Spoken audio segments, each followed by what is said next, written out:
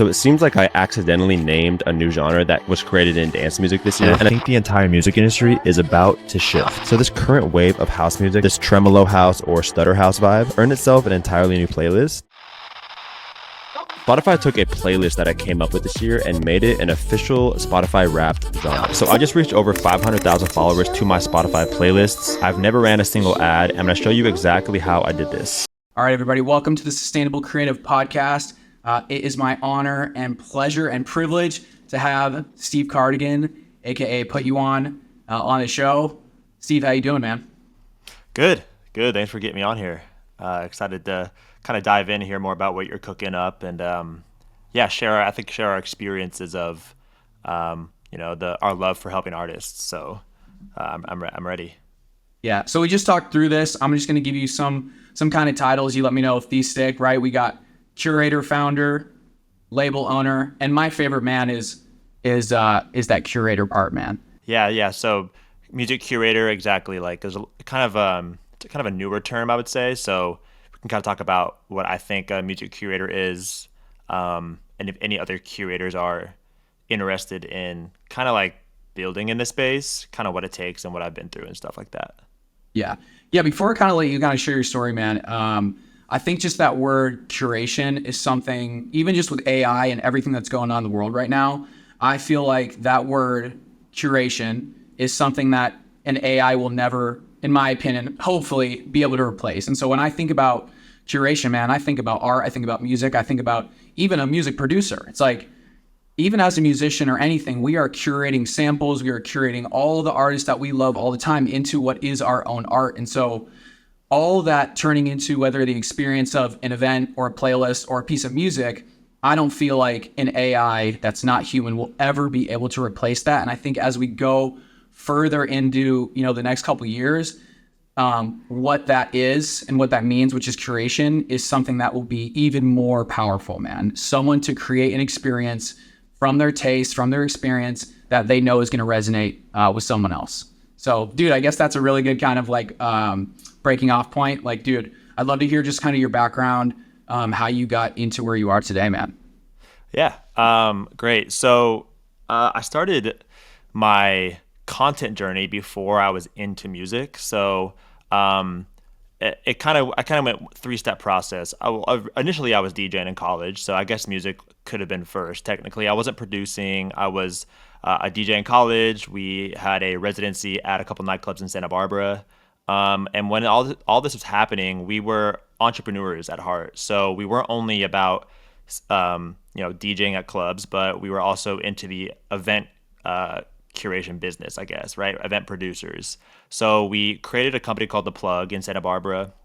When this was happening, we had interns that were photographers and videographers. I wasn't myself shooting, but I got a little bit into editing at that point. So that's kind of when like my creative process in that sense started to flow. When I moved to LA, I didn't know anybody in LA, so I didn't have any. If you don't mind, like when can you give me like a little time frame of some of this stuff? Yeah. So college, I was really DJing like 2015, 16 ish. That's when I started, and then all the way up to about 2018. So about 3 years, we were in Santa Barbara doing our thing. We were kind of like the young kids DJing. A lot of other DJs in town were a little bit older than us and playing like top 40. We were kind of the young kids playing like SoundCloud rappers, and we were talent buying there and bringing in like throwback Thursday parties with some cool artists that we grew up on. And that was when like, so the event stuff we're moving. And then I moved to LA in 2019, January 1st of 2019. So right when 2019 starts, I didn't know anybody, but our entrepreneurial spirit kind of carried us into one of our interns that was interning for us got a job at a creative studio. And we always wanted to start a creative studio, but at that point we didn't have any money. The idea was basically a photo studio that people could come and take photos and content in. They could do shoots for video shoots in there, but also kind of a creative hub where like even designers could come and like hang up their clothing. So we had like a rack of clothes from like designers in LA that we liked that were young, and just an overall place where you can go and shoot podcasts or interviews. This is a little bit before I would say like the big podcast wave happened, but essentially all creative outputs could be kind of put together in a single room. So it was a studio with a cyc wall and everything. And when we got the opportunity from one of our photographers who said, hey, we have some really cool photographers in here, by the way. They're shooting like Juice World and Future, but they don't really know how to run a studio and make it a business. Because of course, booking a studio is different than just using the studio. So they were all using it, but they weren't really booking it. The owner of the studio was kind of looking for somebody to come in and manage that side of the business. So the entrepreneurs that we were, Jay Rare was my business partner. We came in and we started to book out the studio and kind of like create events in the studio and kind of like branch out and get more artists involved. So that was kind of like when I again got more and more into content, again leaving the DJing part behind because I didn't know any connections at any clubs out here. It wasn't really my priority to be a DJ. It was kind of just I think a way for us to have our own events, and I was into the music side of things. So from all that happening is when I got into the kind of more of like the video production stuff. Didn't really fall in love with it as much as I thought I was going to. I think I was kind of a fish out of water. I wasn't like that good at editing or shooting. I still taught myself how to do both, and I ended up like supporting myself from that creative process. But I basically at the end of that lease decided I want to be like the playlist guy really bad on Spotify. This is before Music Curator was a thing. This is before let's go right there for a minute, man, because I have a couple questions about what you said so far. So cool.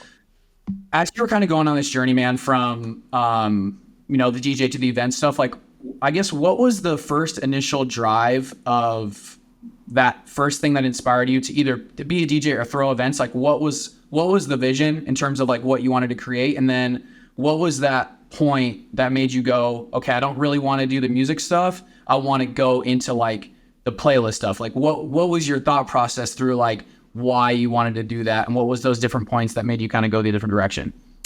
Well, I think for the event side of things, it was there was a business behind it, right? So if we're going to a club, we would get paid to DJ. So I was making money from DJing. But then we were like, cool, how can we like make this a bigger movement? And we were really into like the social media side of things. So we were very intentional on how to build our own pages, and we just knew that there was power behind that. And this is like when Instagram was in its prime. Like this is when like Instagram was the thing. Yeah, who are you looking at? Because like, dude, I always go back to just references for everything, man. And so who were you looking at that maybe inspired you to kind of have this idea, or whose Instagram accounts or like people, influencers did you see where you go like, yo, like I see the power of this and I want to do that for myself? Yeah, Space Yacht was a big one. So Space Yacht they were crushing. They were throwing cool parties. We even like adopted, like we brought pizza to our parties as well. And like, again, everything was about content for Instagram. So it was like photo and video recaps of nights. We were also like talent buying at the clubs. So we're like, cool, how can we use the club and their budget to bring in artists that we can end up like, I'll be on stage with like Ja Rule. We had like Ja Rule. We had Yin Yang Twins, Neff the Pharaoh, OT Genesis, Afro Man, like all these like kind of like artists that were hot at one point. This is kind of when OT was hot, but a lot of like these artists, and we were like, cool, like then we can keep creating these bigger and bigger events, and then eventually like that's how we were going to scale. But that was the biggest thing for the event side of things. And then the second part of it, which was getting into you said the music curation stuff. Yeah, when you were like, yo, I want to go into the playlist. So yeah. Let me correct me if I'm wrong, man. It's like, it seems like at the beginning when you were just doing this, obviously there's the business side of things, and that makes everything better when you can do what you like to do. And then obviously there's money attached to it, which is why we're here talking right now. But so for you, man, at the beginning, was it really just like, yo, I love to throw events. I love to throw experiences. Yeah. I love to like put other people on and like create a whole vibe. Yeah. Yeah. 100%. Like DJing, just like, I always wanted to be a DJ. Like I always like I bought my turntable. I taught myself how to DJ. I just thought like the DJ was the coolest guy in the room. If you look at Virgil Abloh, he was able to DJ events and parties, and he was like but running Off-White. And then there's also a cool label in LA, Mind of a Genius, and David Dan is the founder of that. And I saw him DJing his own parties, and I was like, cool, like there's always such a need for a DJ, I think. And I think that's a way to get into a lot of different rooms. But at the same time, it was just purely like, cool, like we want to be the cool guys in town that have the cool music, and we want to have fun doing it. So it really started as that. I was more on that side, and then my partner Jay was on like more of the business side. So us together kind of was what kind of sparked that. I love it, man. Okay, so let's go up to the playlist. Like, what was that transition of like, yo, I need to curate playlists and stuff like that now? Yeah, so I was during when I was a DJ, I was on Instagram. I was posting a song of the day on my Instagram story Monday through Friday when I was at college. So I was like kind of I was writing a music blog and I was trying to be like I really wanted to work at Complex. That was like a big goal of mine. And I was like, cool. So if I'm like all combining everything and I'm showing people new music, I had a Spotify playlist and I was using Instagram stories. I had 10,000 Instagram followers, which means back in the day, if you don't remember, you could swipe up on Instagram and so on your That's stories. right. That's Right, right. you have to either be verified or have 10K. So Yep. we had a Yep. big goal. That was like the big goal too when it was building our Instagram pages was to get to 10K so we could have links to things like my blog and my playlists. But I didn't see that much of a crossover to the playlist. It's like I would still post all the time. And again, Instagram still today, but even more back then, you were pushed to your followers. So there was not as much of an algorithm. There wasn't as much of a For You page or Discover page there. So you were kind of getting the same people seeing your Instagram stories. They would follow or they wouldn't follow, and it was hard to kind of push them to become a playlist follower. So all this is happening, and I just am thinking of ways to continue doing that. So I start this series called My Spotify Recent Plays, and this is at the tail end of when our studio was about to be up for its lease. And so I remember COVID was just about to be happening, and we knew that the last month of our studio rent, 2020, like March, April, was dead. Right? We knew that we were going to be shut out, so we didn't renew our lease. We decided not to do it. We had this big meeting. What are we going to do next? And I just said I want to be the playlist guy. So that night, literally, like until like 5 in the morning, I'm shooting these videos at my at the studio. And hey, I'm Steve Cardigan. These are my Spotify recent plays. And I would kind of go in the journalism aspect of it. I have a journalism degree in college, so I kind of like went that direction with it. And it was breaking down artists that I was adding to Spotify playlists. But again, this is before I even knew what a music curator really was. I just wanted to be like known online for music, and that was still carrying over from my like my swipe up song of the day stuff. And then when that happened, when that's when TikTok started to really blow up because this is during COVID, right?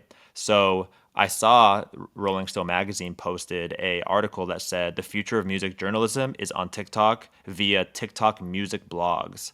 And I was like, what's a TikTok music blog? And I was like, I blog, I like music. I have to figure out what this is. And they were giving examples of these pages on TikTok that we now call music curators, but they were like TikTok music blogs because again, the terminology was different back then. And I at that moment I was like, this is what I need to do. I need to come up with a series, and I need to start my own TikTok music blog, which eventually has scaled into Put You On. Dude, so sick, man. I've been taking notes, man, just so you know if I'm looking down. But I think the coolest thing, man, about that story, and first off, you mentioned the journalism degree, so you even had a feeling that you wanted to just write about stuff from when you were younger, yeah? Yeah, honestly, it's funny. That's what college I think is such a big, important thing for people is because more so the things you learn about yourself, the people you meet, the situations you find yourself in, how fast you grow up. I wasn't even a big writer when I was growing up. I was getting like C's in English class. Like I wasn't a good writer, but I really love sports. So I was on the sports journalism I was on I was in the school newspaper. I was the sports editor at one point. So I was a sports writer because I kind of wanted to be in sports. I was an athlete that I fizzled out as a baseball guy, and I got approached in a journalism class because I had again I'm trying to be a journalist for my degree, and this guy was a sports writer for the paper. He's like, hey. You wear a baseball hat. You must like sports. Come write for the school paper called the Channels newspaper at Santa Barbara City College. And I did that, ended up being the sports editor the next year. So I'm like, cool, I'm about to be a sports guy for journalism. And my whole roommates all thought that as well. I got a phone call from Neil Everett one night because I applied to be an intern for him, cold email. And he was like, here's how you apply to be a Disney intern. Anyways, I realized pretty quickly though that music was way more fun. I thought like DJing and throwing these events than broadcasting sports at school. Like, yeah, that was fun, but I just fell in love with like the lifestyle of the music and what was around it. It was a little less suit and tie, a little less proper. I just preferred it. So that's when the DJing thing happened. We started like the event stuff, and then my roommates all joked that like my business partner Jay Rare, he ruined my sports journalism career by taking me out of it and doing that. So, but super glad I did it. But yeah, so that's like that was the whole like when it comes to writing and journalism stuff, like it came to me in college, and I kind of naturally had an okay ability to write journalistically, not like for school though, which is funny. So I was never like, nobody would have ever thought I was going to be writing for my school paper when I was in high school ever. No way. Yeah. Yeah, it's interesting, man, because, you know, I mean, even just being an entrepreneur now, it's like, you know, the just different opinions about going to college. I mean, you know, even just running my business for the last like year or so, it's like there is so much time in college, and even school is just set up. It's supposed to take a certain amount of time. It's not really teaching you I mean, dude, I have learned so many things now. I mean, I went to one semester of music college, bro. I didn't even know when I got my grade. I didn't even know what my grades were, but dude, I think if you do go to college, I think the whole experience of people you meet is great. But dude, there's obviously so many people who go to college and who never use any single thing that they take in college. So I think it's cool for you, man, that this actually did translate. And so I wanted to go back to you for a second, because when I watch your videos now, it makes sense. If you're training, if you want to look at it like that, your experience with journalism, how you say things and how you curate the content, it makes sense. That like, okay, yeah, it makes sense. Steve went to school for journalism, and how you put together those videos, dude, is literally like a segment and could be on Complex, could be on anything, dude. Yeah, and I'm a big believer that's why I always tried so many different things.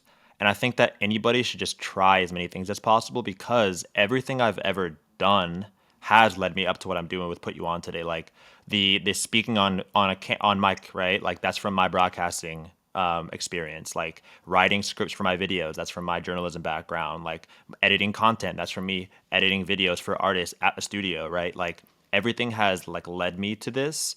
Even like being efficient and prolific at social media back in the day when it comes to like how to grow on Instagram, like these things all transferred over, and I'm using all of that today in a context that I didn't really know it was going to be in at that point. But it's just important to like try as many things as possible, because everything is going to mold you into something, but what those things are will drastically dictate what that ends up being. So I'm glad that it was all in like the content side of things, because content is, as you know, bigger than ever, and it will continue to be that. So yeah, everything I've learned, I still use today, which is pretty special. I'm glad that I went through all that stuff and tried all those things, right? Like I wasn't afraid to go and like try throwing events. Like we just like did it. Like we just tried it. Like failed a lot. Like we always said like fail your way to the top. Like every failure is just like your step in the right direction that people say, so it's so true. So I'm a big believer in that as well. Yeah. I love that so much, man. I think, just in today's world, and I want to come back to social media and content's going to get more and more important. I just told someone else that earlier today. But I feel lucky that I did decide I wanted to do music when I was like 13, right? And so, never got to exactly where I wanted it to be. But then, all my authority and experience I have led me up to having this mentorship coaching company, which was never what I expected. But I think just a point I want to just kind of hammer home for a second, just for anyone watching, is the pressure to actually make something of your life when you were in your 20s is so, it's so great. And there's just so many kids who are younger that just feel so much anxiety and depression, whether it's they don't know what to do yet or whatever. And so I really love that, what you said. And so I think for everyone watching, if you don't know that thing yet, just try as much stuff as you can, because being in my 30s now is like, dude, I still feel like a kid most of the time, man. I still feel like I'm just getting started with my business, and I'm so grateful that I had all the experiences that I did. And dude, I just read this list today. I think I reposted it. It was just a list of like all these massive company owners, whether it was like Walmart or I don't even know, just a bunch of those like huge ones. And it was like 50, 60, 45. And so it just kind of reminded me, man, like we're so young and like we have so much time to make a legacy if that's what we want to do.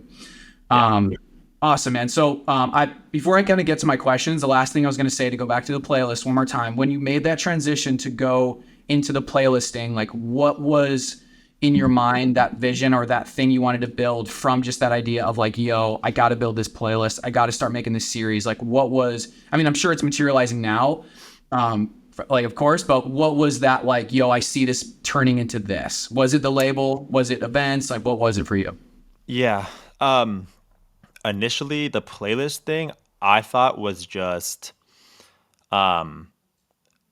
initially it was, how do I prove to people that I can be in the music industry? I couldn't get any interviews at first, right? Zero interviews. I was applying to everything in like front desk positions, marketing roles, because I shot videos and knew how to do social media. Like I was applying everywhere for every position, just trying to get in the music industry. After zero interviews, I was like, all right, I have to basically prove to people that I know what I'm talking about, or that I can give them something where I can separate myself from other people. So not only that, but to me, like, to have a cool playlist that people liked, like that just showed other people that I was like a verified source, I thought, for music. And so if I were to able to scale, oh, what if like 1,000 people follow my playlist? Like people would trust my music taste more, and then there's a lot of things that can happen from there. But yeah, like when I started Put You On, it's so funny. And this story, hopefully it's not too long-winded, but through my studio, I was at an event at Live Nation, and a bunch of agencies were there because it was, obviously Live Nation, the agencies, they all work together. And we meet these girls who were agents and assistant agents at APA in Beverly Hills. And I was like, hey, you should bring some of your artists to my studio, and they should shoot content there. We threw an event there. I invited them. They came. They saw the event. They saw the space, and they were like, "Cool, yeah, we're gonna get this artist Trevor Daniel to come in and shoot some content." So when that happened, I made that connection with this girl Jen, and that was when I saw on LinkedIn there was a assistant agent role, basically a mailroom role at APA opening up, and I was like, "Oh, maybe this is another way I can get in the music industry." So I had Put You On already. I had the playlist stuff. I kind of used that on my resume, but it wasn't big enough to really matter at that point. I get my first interview in music at APA. It was like right before COVID, so right at the end of the studio as well, when I'm kind of like, what am I gonna do? I want to be the playlist guy. I want to be in music. That's my real passion. I'm not like as passionate about like shooting a video, being a camera guy. So I finally get that interview, but when COVID hits and I get the job, COVID hits, they called me before I could start, and they're like, "Hey, you can't start on Monday. By the way, we're shutting our office down because of COVID." And I was like, "All right, so I'm gonna sit around here and wait." So instead of me being like, "Okay, cool, whenever they hit me up, I'll start," I was like, "Damn, what if instead of like 5 people they just hire, what if they bring in 1 or 2 people now because of COVID? I want to show them that I'm the one." I was like still in competition mode. I didn't think that I had the job yet still. So I was like, hey, I have this playlist. I made this series on TikTok. This is it right now. Some cool artists that I found for APA, yada, yada, yada. So I kept doing that. I would check in once a month. And when I was checking in, I would just get the same message. Hey, thanks for sending us this, the update. Sounds really cool. Cool artist, cool playlist. Still status quo. We're still shut. Every month I would still say, hey, I grew the playlist 150 followers. So I was like building Put You On as like a way to prove myself that I was their guy still. And when all this was happening, 13 emails later, so over a year later. So I thought it was going to last a couple months. It lasted over a year. 13 emails later, I sent my last email and said, hey, I got a job offer from a record label. I'm going to take it. Thanks for everything. So Put You On was being built off the back of me trying to prove that I was the guy for the mailroom. And that process and that like grind that I was on, because I had so much free time during COVID, that was what I was doing to build Put You On. And then, as a reflection of that work ethic and that process is what got me the TikTok page started doing well, the playlist started blowing up, and that's when the label started to finally notice me. And so my plan kind of worked. I didn't really know it was going to work in the sense of me trying to get the job at the agency, but instead I skipped over the agency and I went to the label, which I initially wanted to, but again, like I said, I had zero interviews before that, so that's how I really got in there. And yeah, Put You On was built. I think probably when I sent that email, I probably had 40,000 followers to my biggest playlist. I think I had like 50K on TikTok, and so that's what got me in the door to the other side of the music industry. But it was funny because it was through that, like me trying to prove myself to the agency, which is funny. Dude, thank you for sharing that story, man. I love that so much. And dude, I'm a faith guy, man. So I always look at like, what's God trying to do? And so it's interesting, man, when I hear you tell that story, and I don't know where you are with all that stuff, but dude, what I hear is, bro, if you had gotten one of those interviews leading to a job. And then if COVID didn't happen, like, dude, Yeah. you probably wouldn't be here today in the same way that you were. And so it's so interesting, man, how it's like sometimes those closed doors are exactly what you need. I'm getting chills as I think about this, bro, because I'm thinking about my own life, bro. It's so cool to hear that, man. And I love that you said the competition mode, because, dude, you know, I'm emotional, I'm creative, I'm a songwriter. I've been that way since I was a really young dude, and I've had whatever quote unquote like talent, I guess you could say. But the reason I am where I am today and I have the music that sounds like it does and my business is where it is because I am competitive, bro. Like I've always had that sports drive thing in me, man. And so like I totally feel that with you too. And every single thing that's happened with me, from label deals not working out to getting signed and dropped to everything I've been through, you know, all of those things, situations that are, you know, even less than that have ruined some people. They're like, oh man, well, I guess I'm gonna give up now and just like work a regular job the rest of my life. But I just want to, you know, just in this moment tell you, like, I haven't known you for very long, man, but just as like from my heart to yours, like I'm proud of you, man, that you kept going like no matter what, and you had that drive to just like keep doing it, man, because that's why we're here, man. And that's why I'm really trying to bring people like you on, because I think regardless of what you've been building now and what you will build, getting those chances to share those stories is, whoever's listening to this, they're gonna be like, you know, even if it's one person that's like, yo, I'm gonna keep going because Steve said that. Yeah, and just be optimistic. Like I was just always optimistic that like what I was what I was building was going to translate. I was like, I wasn't like, oh man, I can make this playlist, but then what? You know, it was just like, let me just like, you know, think in real time and be very optimistic that what you're doing and what you're working at is gonna be is the thing to be doing, right? Like I just knew, like if I just knew right away. And that's another thing about the content thing. Like I knew that the future was on video like that, and there was a huge opportunity. And I just feel like that time just hasn't passed yet. Like I just always feel like, and more so, the content is like, I know what I'm doing. If I keep doing it, like that is gonna be the tiny drops that smooth that rough rock or whatever they say, right? Like small mundane things over and over and over and over again, multiply with time, is going to be the thing that's going to be, you know, catapulting things and making things exponentially grow. So I still feel the same way. Like people are like, oh man, it's crazy, like the size that the playlist now. And it's like, yeah, well, it took like 5,000 videos, right? Like it's like it's just the thing that you always have to be in love with that process, because the more so you are, the more that you're going to be excited to do the videos. A lot of artists I talk to about that same thing, like fall in love with making the videos and having the opportunity right now that has never been given to any other artist. Like just fall in love with that process, because that is what's going to carry you through the necessary amount of time it's going to take. That's one of the first clips of this, bro. With that. Exactly, bro. Yes, dude. Yeah. Okay. So, dude, that kind of leads me into some of these questions, but just the final clarity on this moment of where we're talking about with the vision with the playlist. So you got the job with the label. Curious what that label was, and then what was the big vision with the future of like what you saw the playlist, like what you wanted it to turn into. So the label's Third Brain. So they're an independent label in LA.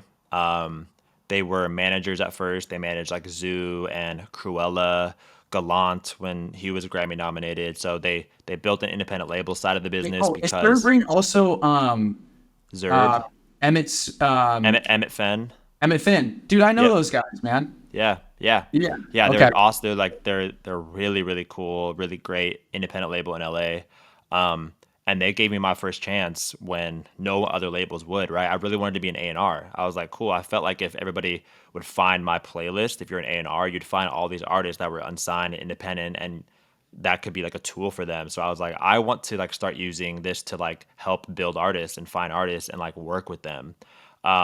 So that wasn't initially my idea, but I quickly knew that, cool, like I have this now, this has to be used somehow. And I still feel like I'm in a weird area in music where I'm an A&R, where I can find artists and help build artists, and but I also have the content side of things. So I'm a little bit like of an anomaly, I would say, but because typically it's one or the other, right? You have the A&Rs, you have content creators, the music curators, but to be both is something that I think is still really, really, really new. But I think in general, music curation is still very, very new. Like, I'm very surprised on if I drop a video about, hey, I made this playlist, this is how many followers it has now. Comment curator if you want me to send you the guide. And the hundreds of comments I would get, I'm like, whoa, like, I can't believe that there are that many people that are into curation, because you still don't see that many people that are doing it. You do see there's still a good amount, but I think it's way less than it should be. So I'm really trying to also empower people like that. But the goal of initially was make these playlists, be known as a music guy, and then it was like, cool, work at a label, like be a A&R. And then when I saw the effects of my platform while being an A&R on the artists, I was like, okay, this probably can be a label one day, right? I was seeing the YouTube labels, right? Where the YouTube labels had these YouTube pages, they ran ads all day long on them, they were growing audience, they would put their artists into the YouTube videos, and they would scale that way. I was like, well, what does that look like now from Spotify playlists, but also organic content on TikTok and Instagram?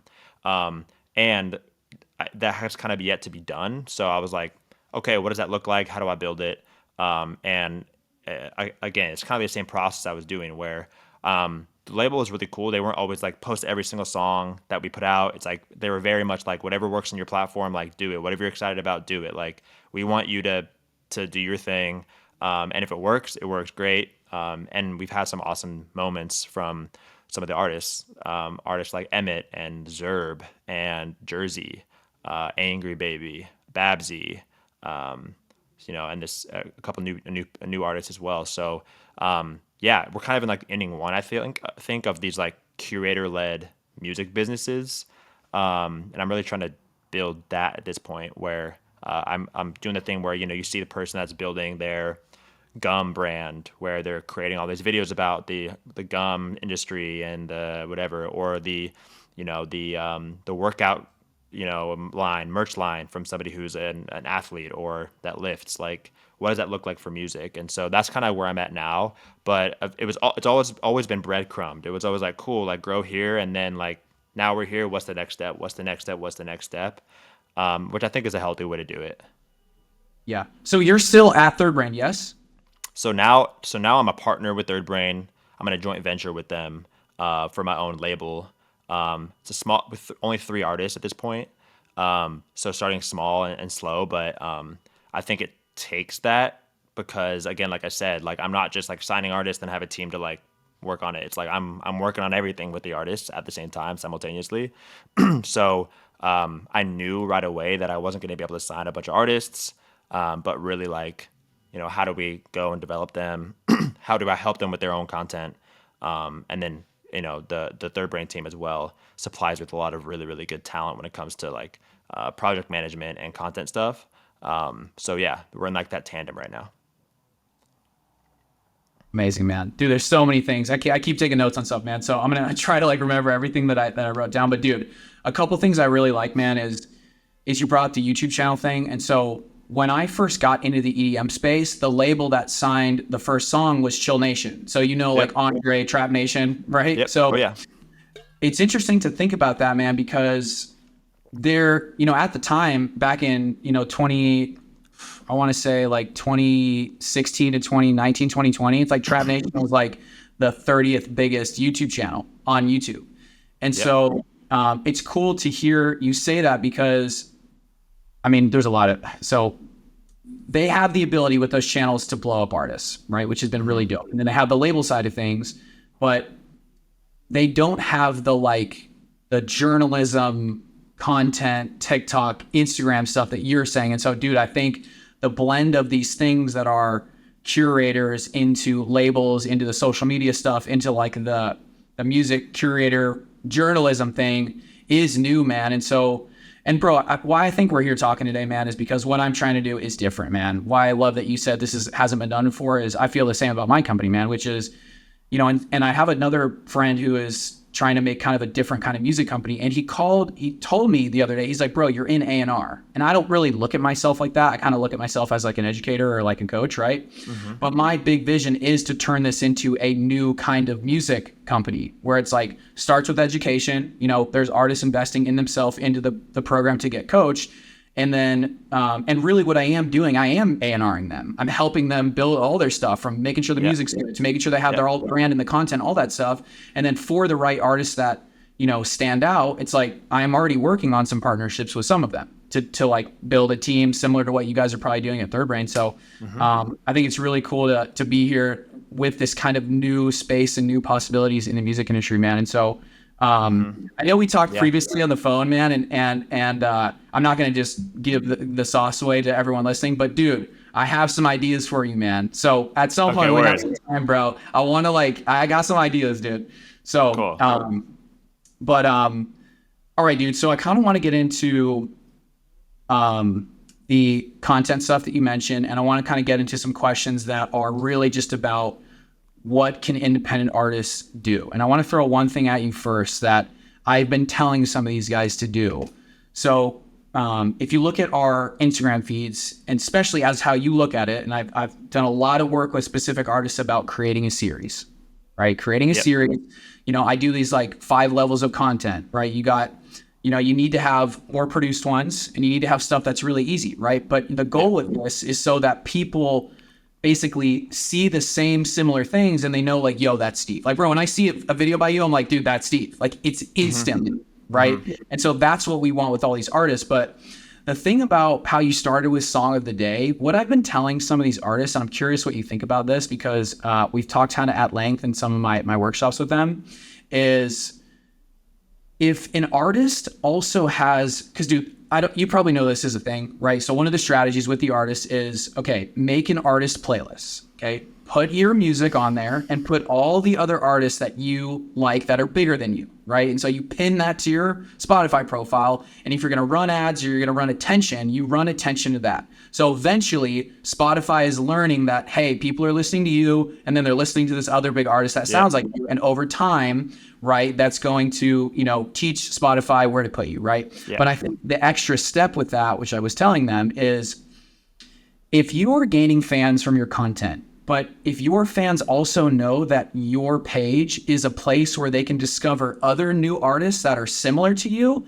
maybe that even gives the fans that you're going to make have more trust in you, instead of just because, dude, there's this mindset of like, dude, my goal with all these artists is how can we sustainably create that system so that they can make those 5,000 videos and they can realize that this is just an extension of themselves and their art and their creativity. And it's not this chore. It's not this cringy, crappy thing that they feel like they have to do. They eventually, finally, hope to God, look at it as the opportunity that me and you both know that it actually is, right? Yeah, and so if you are coming from a place as an artist where you are giving, you're not just going on Instagram to make something to take, right? I'm trying to take fans, I'm trying to take listeners, I'm trying to get followers. It's like, how can I go there to give? And so one of the ideas I have for them is, dude, make a playlist. I mean, it's a dubstep producer, call it like Heavy Hitters, and every Monday or day of the week, you're posting one of your friends' songs, like, yo, go check out my buddy's track.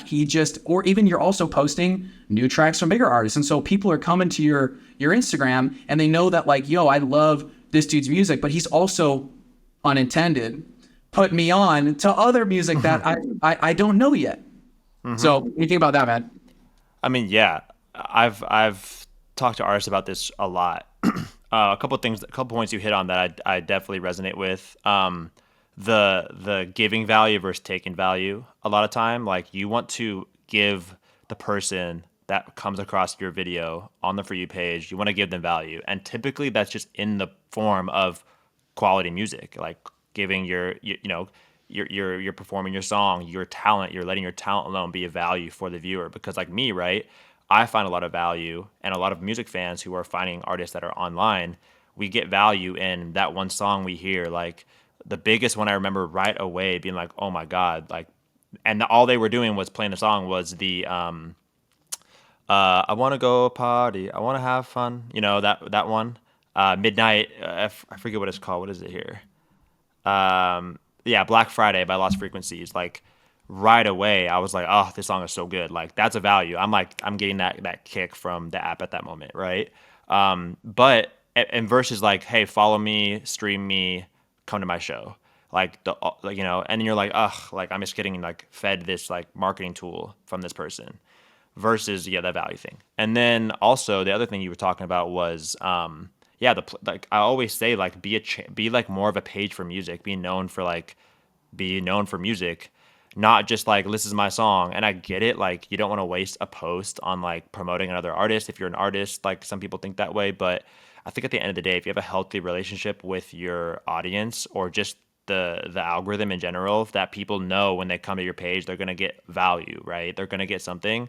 I think it's a good idea. Plus, like making playlists, yes, like the algorithm play for Spotify, very important. That's why when I say the most powerful thing besides content for artists is a content driven playlist, because a few things, and I write about this in my curator guide like deeply, I really break this down, but essentially us curators are putting a playlist together of these artists, and TikTok and Instagram are finding this playlist through a funnel, right?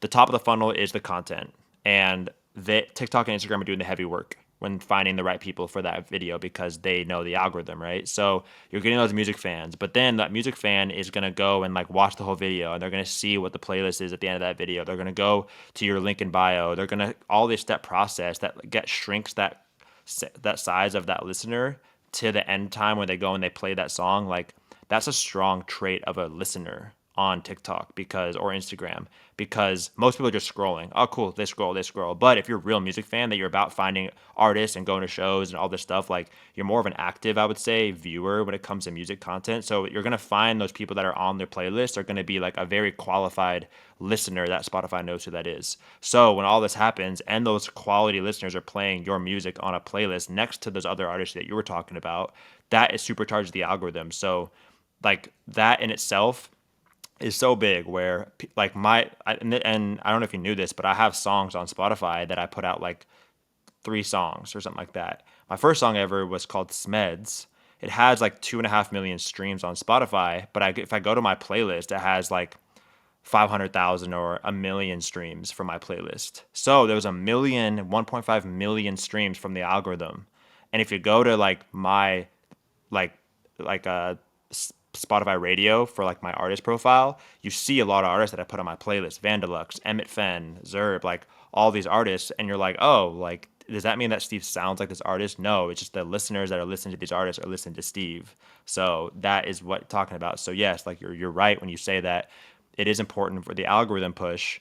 Over time, compounding, that algorithm will favor you in a way that it wouldn't otherwise if you weren't on a content-driven playlist. So that's why it's so important. I think curators' playlists are, people always ask, how many streams would like a song get on the playlist? It's like it might get like 500 in a day, 1,000 in a day, but the trickle effect from the algorithm will do way more. So that is what you want to be. That's why you want to be on these playlists, and that's why artists should do that as well and make these playlists, because that'll help their algorithm. But also, you'll be able to connect with other artists that way too. You can, hey, cool, you have really cool music, let me put you on my playlist. Like that's a value. Like I said, if you're talking about putting out value to other people, like all these things are, I think, important. Oh, love, man. Okay, so dude, there's a couple things I want to go from here. One is I want to kind of stay on the playlist side of things for a second, but I want to put a pin in the content stuff. Okay, so dude, as you're fully aware of, okay, even when I've released many songs in the past with labels, it's like, yo, what playlister are we gonna pay for playlisting, right? And that's a whole kind of like, touchy subject. And so, the thing I want to mention, which and which most people should know, is that the vanity metrics of paying for playlisting, or even just having one thing go viral, right? Or even just like boosting something or whatever. It's like that stuff can be great, but it's those little drops on the stone to make it smooth over time that are going to have the biggest effect. Because dude, what we see and what I've seen countless times is like artists will release a song, it'll get playlisted, it'll go from having 10,000 plays a day or whatever it is down to like, oh, now it gets like 10 plays a day. And so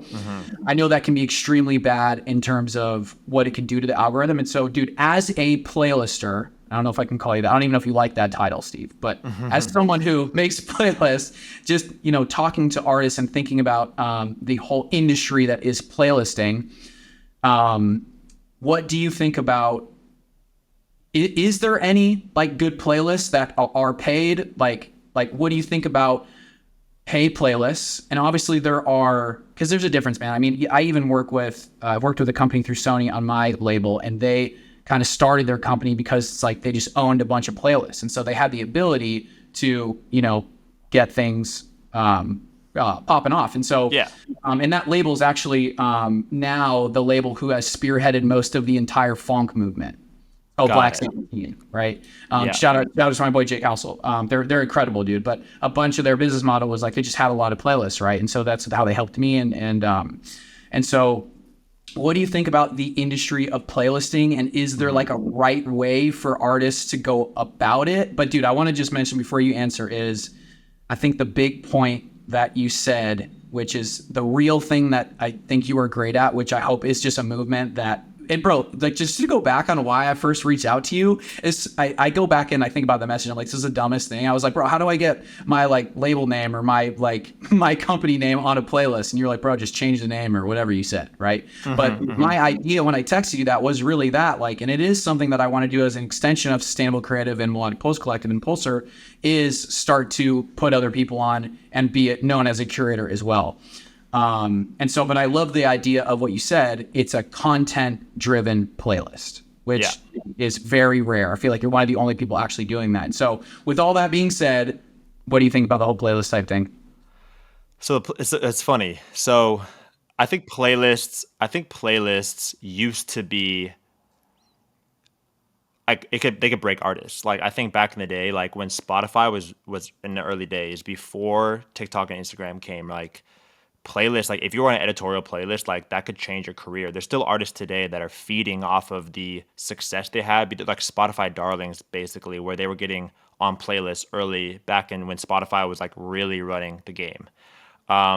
Nowadays it's funny, I know that I'm a playlist curator, but I think that playlists from an like if your strategy as an artist is to get on playlists, I think you're already playing a losing game because a couple things, like you said. One, if you were to pay to get on a playlist, which I never suggest, I think that it'll be very hard to make that money back.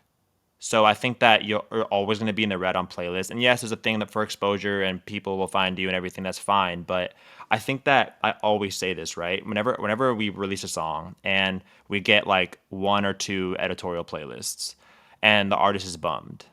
The thing about I always tell artists is a piece of content will do better for you than any playlist will do. Like if you can go out and make content, like my whole thing right now is worry way less about playlists, worry way more about content. And the artists who are able to create content will see that they'll get added to what's like Lonely Beats, or there's like a Spotify playlist that I always see that's whatever, but it's an editorial playlist that's like 1 million followers to it, right? I've seen what it looks like on the back end for songs. And if you have a piece of content that does really well, that is focused on a song with a call to action, that will do way better than a 1 million follower Spotify editorial playlist. So in my mind, I'm like, if you were going to just keep on working at becoming more of a content prolific artist, that is going to be way better than any playlist. Like, I think that the whole pay for playlist thing, I don't charge for playlists. I don't do promo for playlists. The reason is for a couple reasons. One, it's a really easy way to get your playlist taken down. Two, I think it's like a little bit, I just don't feel very good doing that because over time, I've just become accustomed to thinking that I just don't feel good about doing it that much. Like I'm here to like put you on was to help artists blow up artists, right? Like that's my whole thing. So if somebody ever says, hey, like, can you add me to your playlist? Like the only songs I really add to my playlist ever are songs that I make videos about. Like I rarely am adding songs just like to the playlist that I find. Yeah, I'll do on like a new release playlist. I'll go every Friday for my music club. I send a playlist of like my 15 or 20 favorite new releases every Friday. When I do that, I'll add from there the new releases that I like to my playlist, but it's rare that I'm just like fishing for artists and playlist ads and things like that. Like I'm not really doing that. So I just think that stay away from paying for playlists. I think that stay away from being in love with getting on playlists, because it's kind of like a way that artists can kind of like put a band-aid on their artist career, in my opinion, where you're not building fans that way. When you get taken off the playlist, you go back down. So like, instead of like, I think that if an artist is making good content, 90% of the songs that I do add to my playlist that I'm not making a video about are from me finding the artist video of them making a piece of content for that song. Like, it comes from the artist content. So you will get playlist curator attention and people who are trying to make their playlist good simply by doing that. Like, so content, everything is like, everything should just be more about content and less so about like reaching out to playlist people and stuff like that, because it's a band-aid, right? It goes up and then down. Like, you're not really going to be building your artist profile that way. Instead, you shouldn't be, that's kind of a waste of time. I think you should be focused on making content, making the playlist curators find you organically from content. And yeah, that's my biggest thing. And it's funny because it's like, I make playlists, but I'm like, oh, playlists, you shouldn't really care about playlists as much. But I think at the end of the day, yes, like curator, content-driven playlists that don't run ads are your best bet. So like, there's a handful of us that do it. But again, like, a piece of content that you post will do better than most playlists. So content. That's it, bro. Steve, really, I got you on here to just say that, man. Like, this whole conversation for me is just like, how can we tell these guys that? Because, dude, bro, I've talked to probably over 200 artists since I started my business. And so I'm constantly talking to them about all of these points continually, man. I just had a conversation with an artist yesterday. Because here's the thing, man. And I say this on my calls with artists. So like, what's our goal, right? Our goal with music is, one, to make the best music that we can as quickly as possible that we're proud of, right? If someone can make a banger one day, it's like, we would do that, right? Mm-hmm. And then the second thing is build an audience so you can play live, right? And there's so many artists. Like, I've been in kind of like the melodic bass scene, like the Millennium type stuff, right? That's the kind of genre that most of my artists are kind of in. I've sang and I've produced that kind of music a lot. And so there's just a ton of artists that are at this kind of mid-level place, and some of them have, almost 200,000 monthly listeners, right? And then we go on their Instagram, and it's like they have like 4,000 followers, right? And so they've worked with labels, they play big shows, they've been on big stages with the other artists who put them on, right? Unintended again. But when we think about like their fan base, and I literally did this with this artist. I like brought up all these artists that he knew, right? And I was like, let's look at their Spotify. Let's look at their Instagram. And I asked him, I was like, do they have a fan base? And he was like, no. Right. And I'd like do this whole kind of presentation for him on just a bunch of Instagrams, a bunch of these artists who have like done big things, have good followers. They've been on a bunch of playlists. And I'm like, dude, do they have a fan base? No. Okay. And so, but I think what happens, one, I think I come from the time like a lot of these artists do, where it's like, you have to get signed. Right. And they're looking at all these artists who blew up 10 years ago. And they're like, oh, they're doing the same thing that they did. But the truth is, man, as you already know, if we were to pick all these bigger artists and drop them into 2024, I'd be on calls with them too, talking about the same stuff. They'd be struggling with the content the same way, right? And so there's like this virus that is on so many artists where they just are looking at these bigger artists and they're like, oh, well, I'm just going to do the same thing. I'm going to sign with labels. I'm going to like playlists, like whatever. And the last thing they're thinking about is like the content stuff. And it's evident, right? It's very evident that that's the last thing. And they're spending all the hours of the day trying to make the best music that they can. And that's great. And you should do that. But now in the time that we live in, man, it's like, if you were just going to spend all your time making music and then spend one fraction of the time trying to promote it and make content, dude, you'll love this, bro. I tell artists this sometimes. I'm like, if you are not going to promote your music, don't even put it up on Spotify. What you should do is you should make like a cool little art piece, right? Like a little tape player, put your song on it, and then hang it up on your wall. And when your friends come over, you go, hey, I made a song. Like, I'm gonna play it for you. Check out my art. Yeah. That's what you're doing if you don't make content. And so, dude, I say all that to say, yeah, dude, these things that are, I have a couple artists in the group who they've done all these things. And so, I had one artist in particular who had a bunch of traction. He did all these shows. He's been friends with bigger artists, big remixes, and he had this thing go down with his manager and kind of got blacklisted, and it like ruined a huge part of his career. And he's in the group now. He's a mentor as well. But the conclusion after speaking with him and us deciding to work together was, bro, your whole career was run on connections. And when this thing went down, it was so detrimental for you because you didn't have a fan base, right? And so, dude, the content thing is literally everything. And the last thing I want to say on that point, man, is my best case study of an artist who's one of the ones who I am going to partner with, which is kind of what I mentioned. This artist named Luvium. He's from Austria, dude. And I think what's cool about him is he's like not in America. It's almost like a different, I don't know if it's like a different work ethic or whatever, bro, but he's over across the sea. And dude, he has grown from about 4,000 Instagram followers since we started. He's now almost at 40K. And when I look at his Spotify metrics, and I look at, dude, he's almost at 10K followers on Spotify, and he has about 50,000 monthly listeners. And so we take him compared to these other artists that I just mentioned, and I'm like, who has a stronger fan base? Who has something bigger? It's him, bro. And when I look at the analytics, people aren't just finding him on playlists. It's like, dude, they're finding him on social media, and then they're directly going to listen to him. And the reason why he is where he is one, he already makes good music, right? The 2 songs that we've used to build his entire page are 2 songs that came out last year.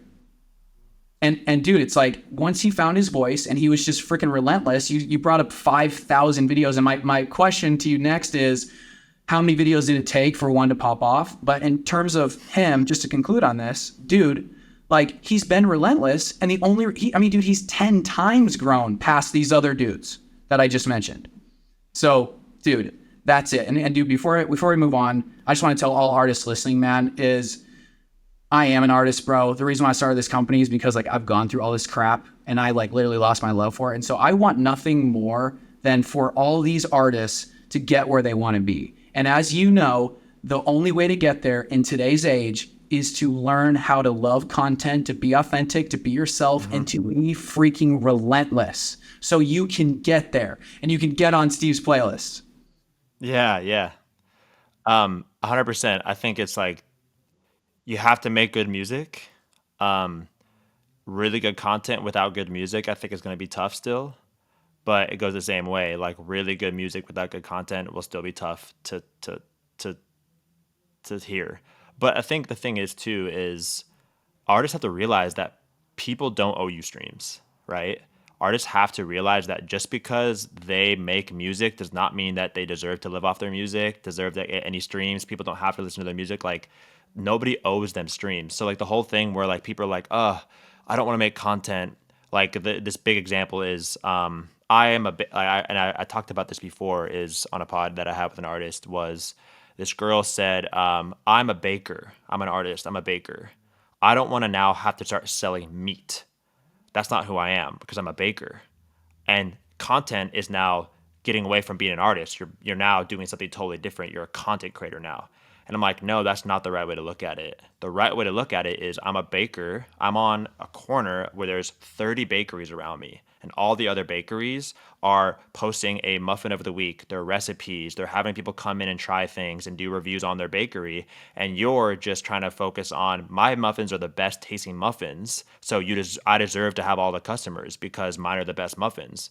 When it's like, no, like you have to get out there and show people and work at it because everybody else makes good muffins. So that's like the best example I can give where it's like artists have to get away from this mindset where, no, I'm here to make music. I'm an artist. It's like, cool, you can, but that'll be a hobby for the rest of your life if you don't try and compete with all the other artists. You're in a competition. Even when you get signed to a label, you are in a competition with the other artists on the label to get the email is like a lot different between labels and around the label with an artist that has a cooking content that's cooking and an artist that has still not posted this week. The conversations and the talks are a lot different between those two artists. Like you're always in competition with everybody else. And the only way to do that is to be proactive, be aggressive, fall in love with making content and just realize that this is what it is now. Like every business, right? If a business was just like, I don't want to make content about my business. Like, I just want sales. It's like, it does not work like that. And I hate like for it to be transactional, but at the end of the day, like you're in the rat race. Like you gotta grind and you gotta be really, really proud of the ability to be in that race and grind and give yourself, a shot to win. Yeah. I mean, dude, I couldn't agree more, man. And really, dude, my business in a nutshell, bro, is one, helping artists understand that like that is the answer. But I think the real sauce, man, which is what I try to do and what I hope this podcast is doing for more people, is why. Okay. And that's why, dude, every single artist that I start with, man, in the program, I have this thing called the 5D brand identity blueprint, which is like a whole document. Dude, the first question for everybody is, why are you doing this? Right. And so if you're not connected with why am I actually trying to make a career out of music, and that's not in every fiber of your being, especially in the darkest moments, then dude, it's never going to be sustainable. Right. And so it's easy because there's so many people out there saying, hey, you got to make content. Right. And so like my entire thing, and dude, I've actually thought about this a lot, which is like me either talking to managers or labels and go like, hey, hire me to help your artist like learn to love making the content, right? Like that's really it, man. And so that's what I really, really try to do is, okay, cool. You know, you need to make content, but why is it important? And how can we merge yourself as a full creative instead of just like, hey, I make great muffins, but like I make great muffins. So I'm going to love the process of like telling people that I make great muffins so more people can try the muffin. Right. Like, exactly. This is like, this is where I source my flour. This is, this is the secret ingredient, right? Like it's like, it goes across every single vertical. So for music, it should be the same way where you are obsessed with the process. And I think, like you said too, like there's a lot of artists who they don't have that drive. They don't have that burning desire in them to be the biggest artist in the world. And a lot of times it's like, cool, like try and get a pub deal and produce for other artists and songwrite and stuff. That's great. That's a great career too. You don't have to be the artist if you don't really, really are dying to be the artist. So I think it's a lot of like introspection stuff too that artists need to go through. But yeah, at the end of the day, if you love it, if you're obsessed with it, if you think it's fun to do all that stuff, like I do, like I could have playlists, right? And I could be like, why do 30 people follow my playlist? Its playlist is so good. It's like, yeah, but you're not making content every day about that playlist and nobody's finding it. That's like this, as simple as it is, right? But I've fallen in love with showing people new music and, coming up with ideas. I write on my phone in my notes, all these different videos, ideas. I save videos. I watch a lot of content. Artists need to do that as well. They need to watch a lot of content. I think that artists who fail to know what content is working right now are in a losing game. I think that they need to be able to know, cool, this is like the scope of quality that I think my video should be at because of all these artists blowing up that same way. There's certain little tricks I see, like a little like the way that you hook the video, the way that you're in the way the studio video looks, like, oh, these videos are working. If I'm not up and like aware of what the successful content looks like, then it's going to be really hard for me to like pull it out of the sky and know exactly what that is. So I think being very aware of good content is a huge step as well. Yeah, dude, that's what we've done a lot lately on our group calls, man. There's been two couple weeks lately where one, I just had everyone, I was like, yo, everyone give me a video that you like that's gone viral, right? From all these bigger artists, right? And so then one by one, we break them down literally like frame by frame, right? So they can understand from my perspective of like, why is this working, you guys? Yeah. Right. And then the next week, what we did is we broke down why their content wasn't working, right? With that, all that stuff that we learned the week prior as the frame.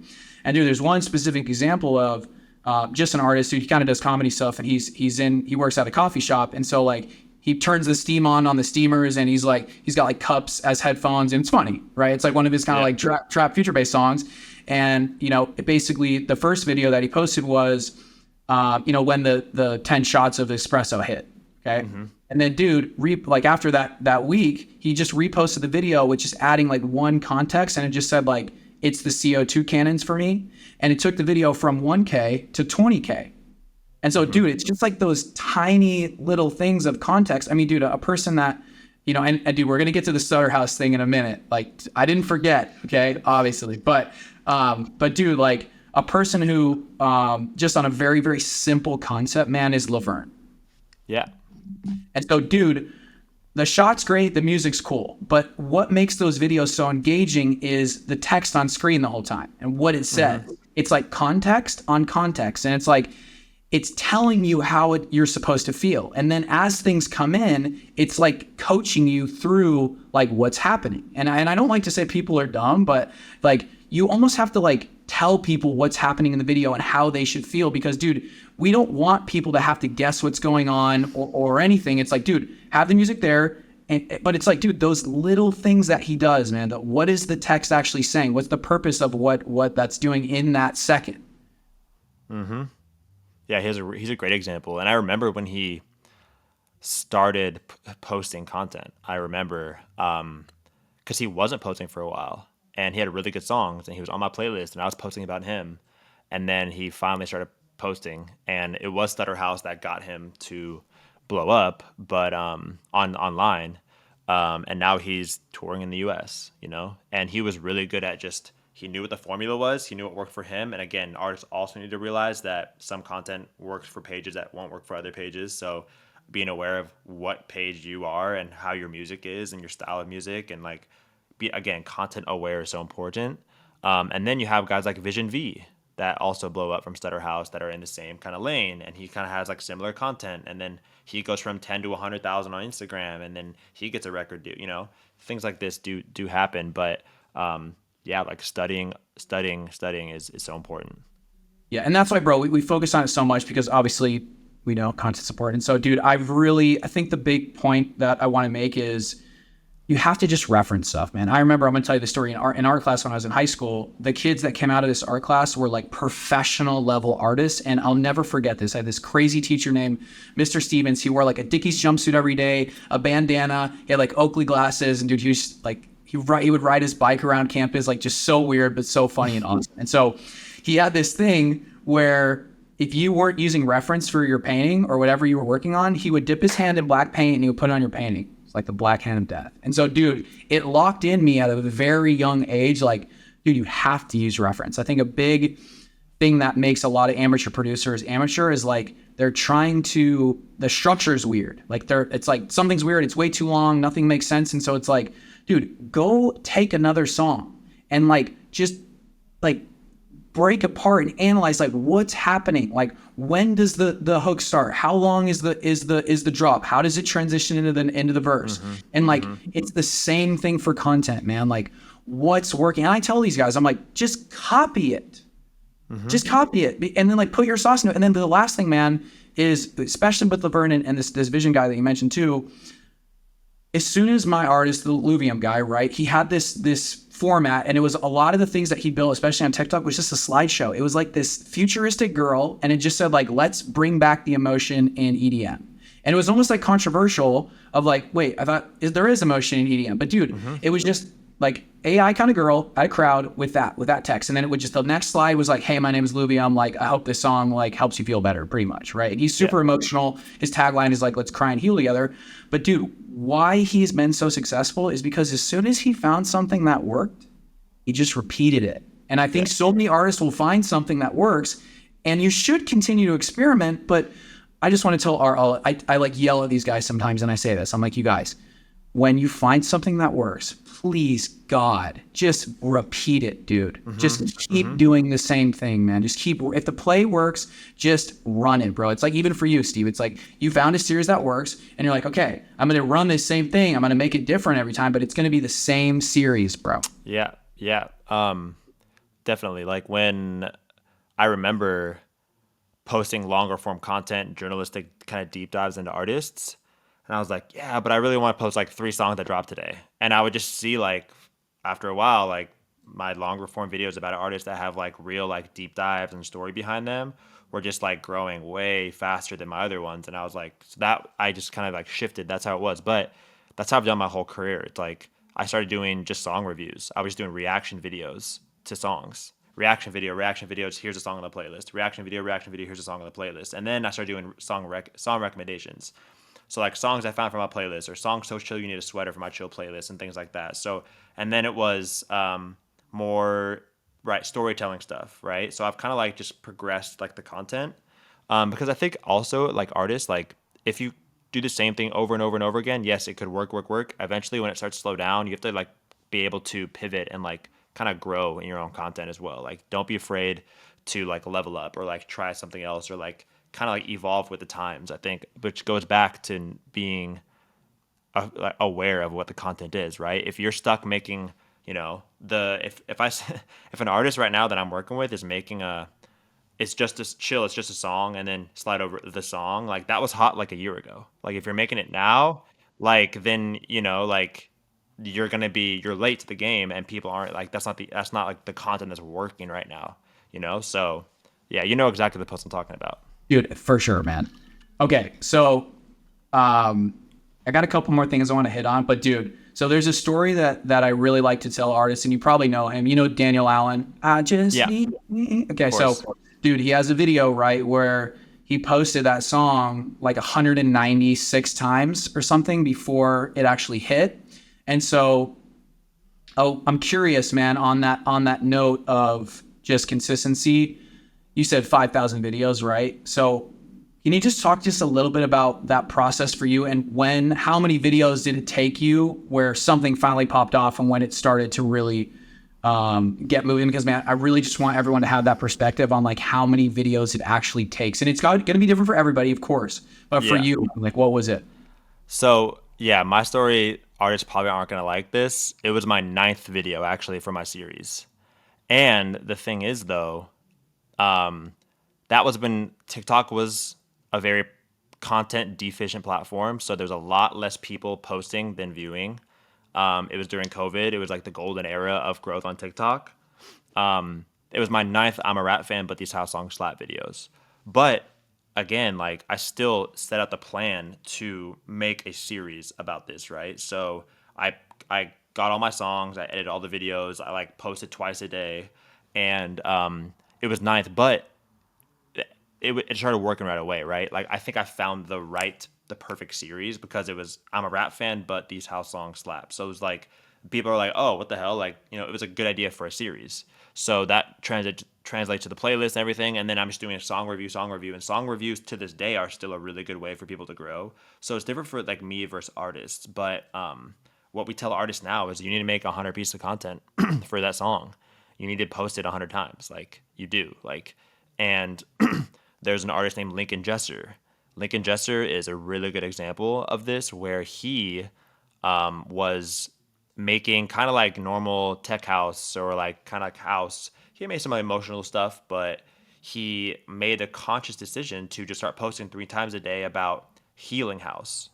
And so he was posting like what if his and he tried a lot of these things that didn't work at first, right? But the one that ended up working, that the word on screen was, what if somebody made house music intentionally designed to make you heal? And so like he found, all right, then that worked, right? And then what did he do? Like you said, he leans into it and repeats it, and he just keeps doing that over and over again. And I've never seen a page grow as fast as he grew on Instagram. He was just growing like crazy. Like we were seeing it over and over again. It was 3 posts a day. So he was just like all day, like making videos all day, 3 times a day. And it was like his last ditch effort for his career before he was going to have to just be like a songwriter or a producer for other people. Like it was his last ditch effort, and that's what worked. But so everybody's different. Mine worked really fast because of my series, but I'm not an artist, right? But for what I tell other people is, you never know. It could have been my 30th video. I would have made it. Like I knew I was in it. Like it could have been if I made 29 videos. If my 30th video popped, if I made 29, I never would have popped. Like that's on me.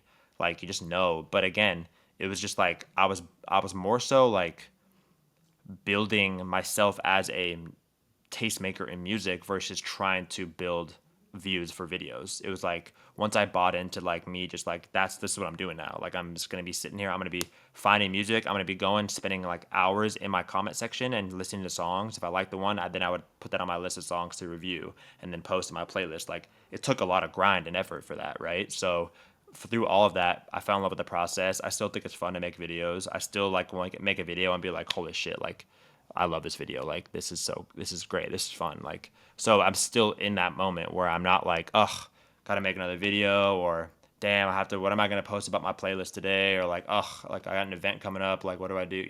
I'm never like that. I'm still very much like feel like I'm just like trying to still grow. I'm not the biggest curator either. I have 60 something on Instagram. I have 150 something on TikTok. There's people way bigger than me with millions of followers, right? But for me, it's been like an organic growth, and I think that I'm still like trying to blow up, I feel like. So I really still feel that way. So I'm still like in a competition with myself even to continue to do that. Yeah, man. Well, bro, you're killing it, in my opinion, bro. And I think it's only up from here, man. But I think just in general, man, that kind of more slow, sustainable growth, it's almost like you really want that, man. Because I feel like, dude, as you know, it's like when stuff just hits immediately, I feel like it's kind of a curse when you just get like, you know, you go from 10,000, like you have 5 million followers in 2 months. It's like, most of us, I don't think are ready for that, right? And so I'm even glad my career has taken as long as it has to get here, because I wouldn't have the wisdom, the experience, the patience to do what I'm doing now, right? But dude, I think what really made that first series do what it did, and I want to just like touch on this for a second, because I feel like it is the main thing that most artists or even content creators need to focus on, is the hook of what the series is. Because bro, that's a genius title. I'm a rap fan, but these house songs slap. Because immediately you go, like whoever hears that is like, oh wait, hold up. Okay, I need to check out. I like rap, but like, okay, I my friends like house music. I'm gonna check this out. So dude, in that, even the thing with about house songs intentionally made to heal, it's like, dude, that's unique. And so I think that even just goes to, I try to tell also artists, like, whatever that hook is, whatever that first 3 seconds of what you're doing, it's like, dude, that's its own video. Like, Steve, if you were to just give that some other random title that wasn't what it is, I mean, it probably wouldn't have taken off. So can you just talk a little bit about creating a hook or a series of something that's unique, and how did you come up with that, and how can you relate that to telling either another influencer or an artist, like, to create something that's unique like that? Yeah. Right now I'm for my, especially for like my videos that I make in longer form, but I think this applies to a lot of content, is I'm basically trying to make like a 3-second video, a 3-second movie right away, where it's like 1, 2, 3, and like you're giving people like such a rush of like value right there, whether it be like a visual hook or words on the screen or a crazy video, right? Like I'm like right away I'm trying to just get people like, oh shit, like look at all this stuff happening, like 3-second video, and then everything that happens after that is just like confirming the 3 seconds. Like it's just like the video I made today, there's this new song Swedish House Mafia made with Alicia Keys, and I was like, this is actually really cool. Alicia Keys is getting into house music. So my hook was Alicia Keys starting her house music career was not in my cards for 2024, but here we are, and I'm not mad about it. But it's like, so people are like, oh, Alicia Keys started her house music career? What does that mean? So it's like, there's kind of like a thing where it's like, Alicia Keys, did she make a new house project, or what's going on here? And all the visuals I'm stacking right away are like, boom, boom, boom, really cool.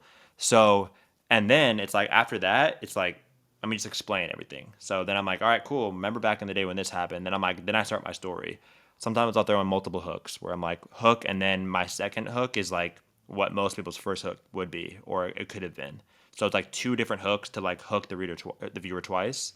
But for artists, yeah, like the hook is just so important. And I guess the context of the video really, really matters. The song, the way the song is positioned really, really matters. But there's just so many different examples of how a video flops because of the first 3 seconds aren't good, but the whole video is so good. So it's like, you deserve your video to be seen. You deserve your song to be heard.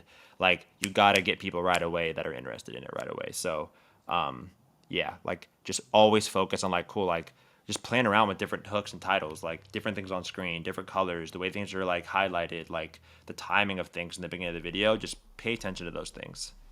Yeah.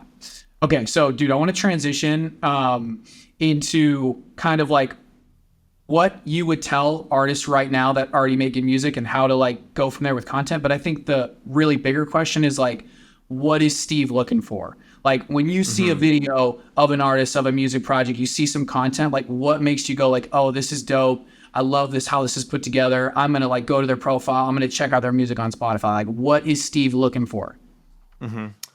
The song quality, right? Like if the song catches my ear, the attention, I think, like when you can tell when an artist is like, is comfortable and used to making content, like you can just see that. So I think just the effort point, where they might not have blown up yet, but if they're like showing that they know how to make content, they can make content, like that's a huge plus.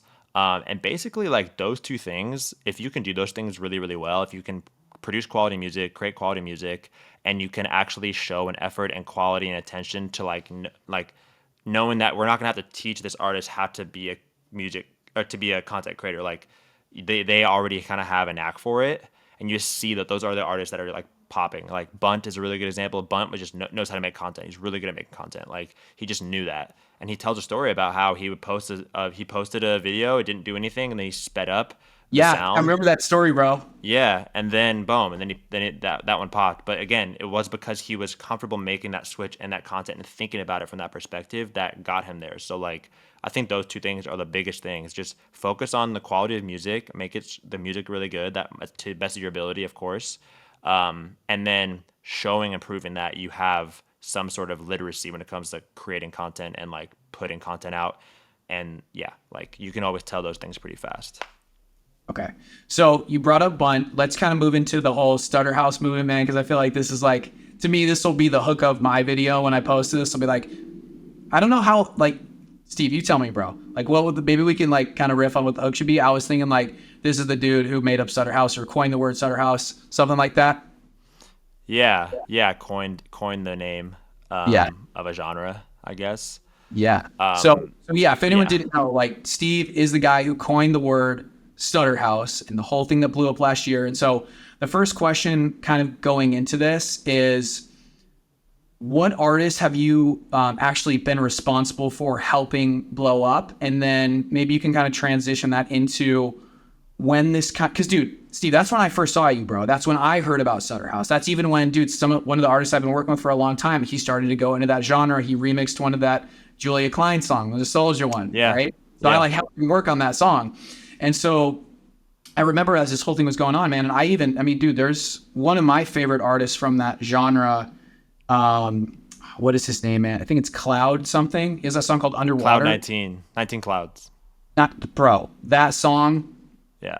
Love that song. Dude, I've listened to that a lot, man. And so some of the playlists that you had, I've listened to a lot, man. It's affected me, man. And just as a side note, I've been doing band stuff and then into EDM. I sang on some, dude, actually how I first started in the EDM space was all house. I sang on a bunch of house music and then I went into like the melodic bass type stuff. But bro, I've come out of retirement lately and I've kind of been messing around with some house stuff. I did like a remix the other day. So I'll send you some of my house stuff at some point. Maybe there'll be a Zack Gray, like in the house vibe. Cause I really am such a fan of house music, bro. So, but yeah, man. So when that was going on, like, what was that moment for you that you're like, yo, this is a new genre? Like, give me kind of that whole timeline of like what happened with the Stutter House thing.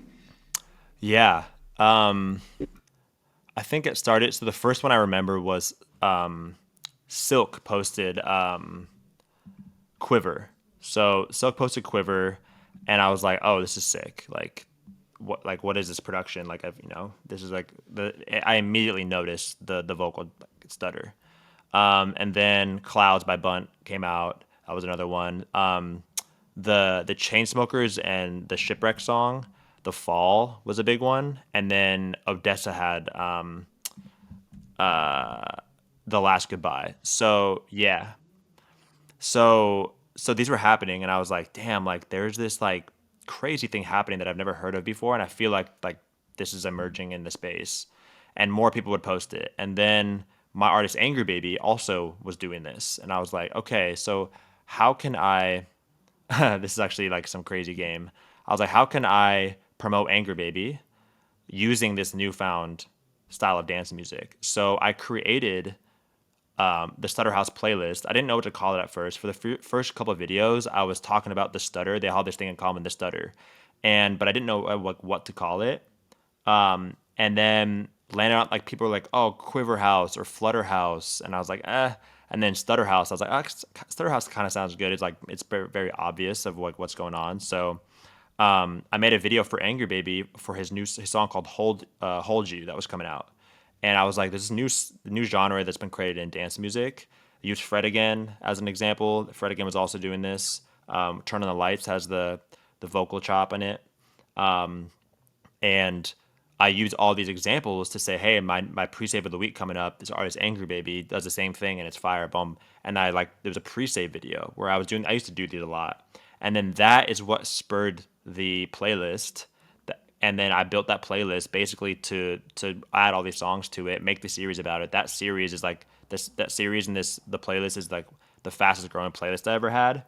But and then I start seeing other people talk about, hey, ever heard of Stutter House? Like other curators, and I was like, oh shit, like they call it Stutter House too. Like, all right, like they've seen, and I know them, so I know they saw my videos. And then I just see more and more people talking about it. The term Stutter House, people are sending me it all the time. Stutter House, people are talking about it, typing it up. And then Spotify made their playlist, took my playlist, completely just made it their own, like copied all the songs over. And the reason that I made this video about this, by the way, which also went semi-viral. And the reason I caught them doing that was because I had a song on there that called Friday Night by Orbit, and it wasn't house music. It was like a pop song, like an alt pop song, but it had the gated vocal in it, like that stutter in it. And so I had it on there because I liked the song. And when I go, like people are like, "Oh, somebody made a Stutter House playlist at Spotify," one of the editors, and I like look, and it's called Emotional Dance.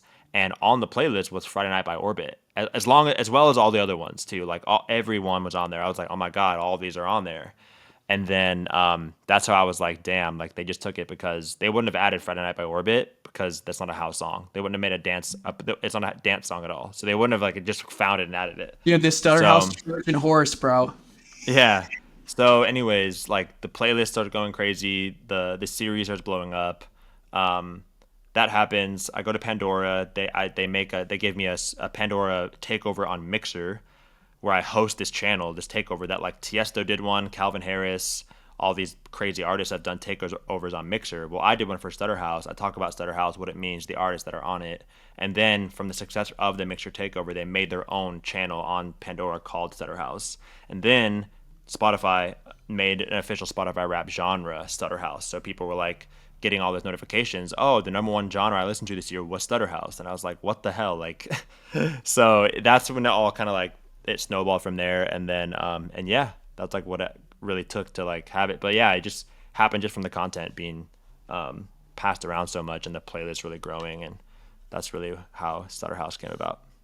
I mean, dude, you have artists that I've talked to lately that have in their bio, like Stutter House producer. Really? I haven't seen that. Dude, yeah, bro. Cool.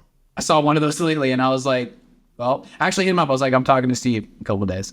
Cool. Dude, that's crazy, man. So what in that time, man, is there like that playlist and your content, like was there artists that you kind of helped kind of really blow up? But dude, I love that you said this is game, and I think the point I want to just go back to it and mention is it started from you just trying to like help one of your own artists. I think that's the coolest part of that whole story to me, bro. Yeah. It's like, how can I leverage something that's going on to help someone that I work with? That's so sick, dude.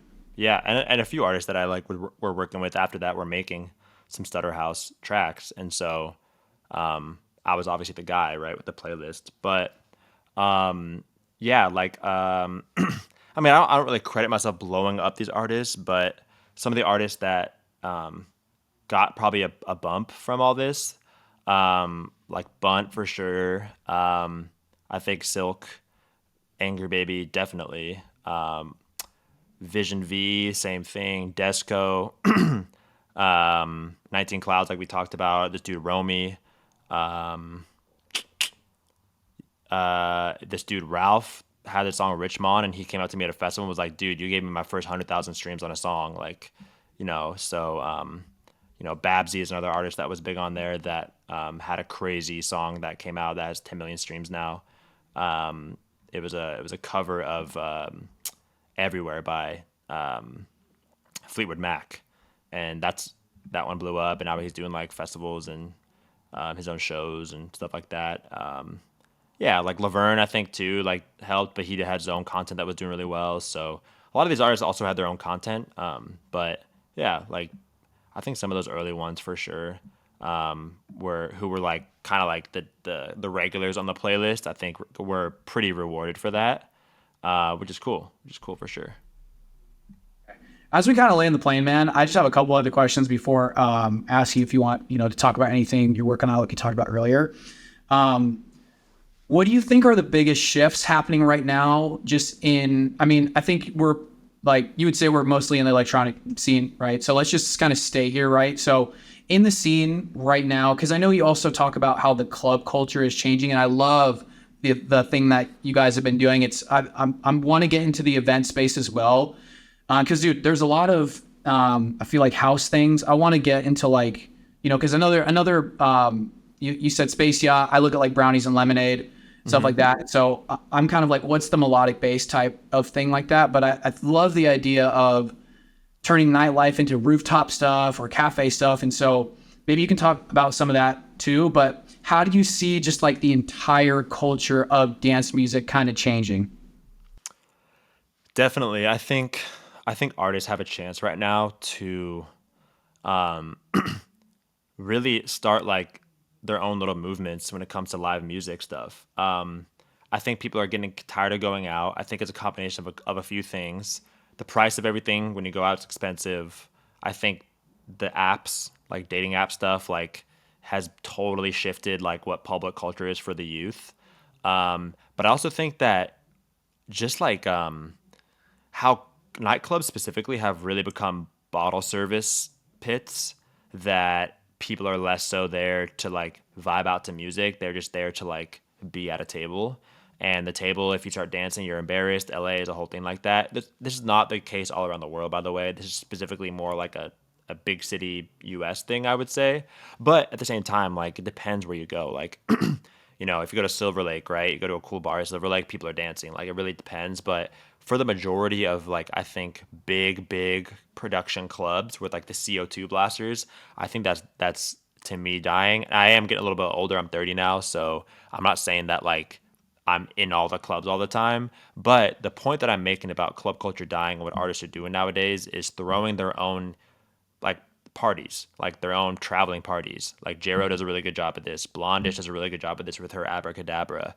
That dude Tobias is blowing up right now, who's also a Stutter House guy.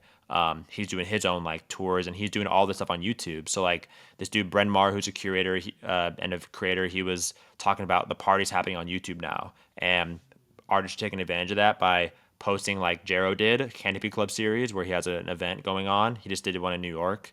And he'll like have a few hundred people there, but the videos are getting millions of views on YouTube. So that's not only promoting his music and his events and getting more people involved, and probably growing his community too. So at Put You On, I really want to celebrate artists and champion artists in that sense, where we can help them produce these parties for themselves, record them on YouTube and things like that. That's why this AM radio event's going on. It's a cool place. It's a different play on like getting together. It's like this cafe sets that start at 10 a.m. So you're kind of like on the weekend mornings, you're like looking for something to do before you go to the beach, or you just want to like go to a place that has music at.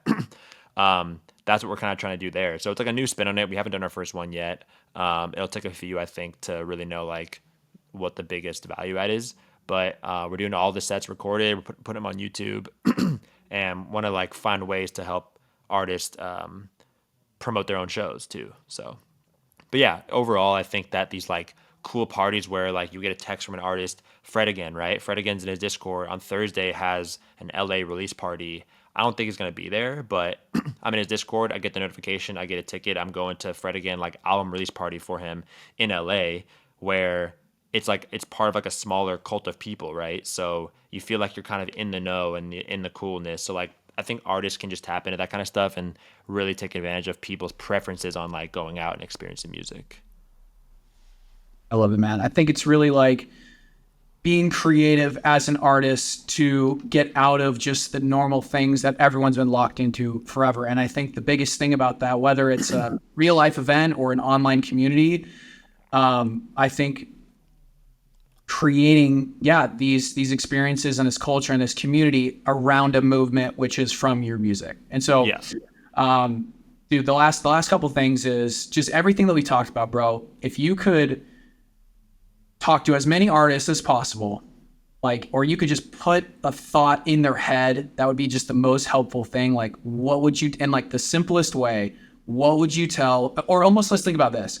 Let's think about like Steve's favorite artist that you don't know about yet, right? He's out there, right? He's in his bedroom making something, right? Mm-hmm. What would you tell that kid? I'll say this: content should be part of your artist tool belt more than something to do after you make your music. Like it should like you should have a full 360 approach on like creating a song and then like creating content for that song, like teasing songs. Like there's artists that just like Kenya Grace, she will make a song for 10 second part of a song and post them, and the ones that blow up she completes and makes those. So she's almost doing things in reverse. So like there are ways right now to be just appreciative of the opportunity that you have, where you have a platform that has never been here before. So like fall in love with the opportunity to be able to create content to promote yourself, but also like learn from other people as well. Like use it as a tool, and you have everything in front of you to find what's working for artists, and there should be no reason that you can't learn from that and adopt it into your practices. But I think that the biggest thing is just I want to like throw out the idea that, like we talked about earlier, that you have to make content to promote your music now. It's like that should just be a package deal right there, that you know you are able to make content and music, and those two things together are gonna kind of push you down that line. Amazing, bro. Well, Steve, I massively appreciate your time today. This has been such a cool conversation, man. I'm happy to have you on, man. I'm happy to just, develop a relationship regardless too. And this has been great, dude. So before we end, man, what's next for you? Where can people find you? And I know there's a couple things that you've been working on that I'd love for you to get to share with everybody. Yeah. You can find me on the socials. Steve Cardigan is just the same thing on TikTok and Instagram. We're cooking up the AM radio stuff. So I have a music club that is probably the best way to get involved in the platform, whether you're an artist. So my music club is where all music submissions happen as well. It's in the Discord. So if you join the music club, you get basically put on this page where you can get invited to the Discord. When you go in there, there's like a whole thing you can submit songs. People DM me all the time, hey, where can I submit music? It's always like, yeah, you can do it in the music club Discord. So music club is a really, really good one, but that's also not only for artists. It's a way for you to find new music and find out what the events that we're doing are. So every Friday I send a new playlist to the music club members on the text. So every Friday to your phone, you get like the best new releases to your phone. And then we throw music club parties. So the AM radio thing and all the artist parties that we do are music club parties. You have to be in the music club to get the invite. So if you just want to be involved in like new music and get like coming to these cool events in LA specifically, and a little bit in New York, but mostly in LA, the music club is definitely the way to go, and a cool way for you if you move to a new city as well. Like people like are moving to LA, they join the music club, and like they're finding a community of music fans. And then yeah, that's probably for music curators specifically, I would say. So if you're a music curator, I have a music curator guide that I made. It's like a 22-page document on what I learned, a lot of content ideas, how to start becoming a music curator. Essentially, you can start a music curator journey like this week if you wanted to. So that's a really good one. It's in all my social bios. You can always find it under any curator section. Like my website is pretty easy to navigate, I would say. So you can find the curator tab, go there, find the curator guide. And yeah, it's a big opportunity still. And I think that the next like companies in music are going to be kind of spawned off the back of music curators. Beautiful, man. Well, we'll make it easy for everyone as well. And send me all the links. We'll put them in the description of this video as well. But dude, without further ado, Steve, thank you so much for being here. We'll have to run this again at some point as well. Thanks, dude. Yeah, no, fun chat. Cool what you're building too. And yeah, let's stay tapped in.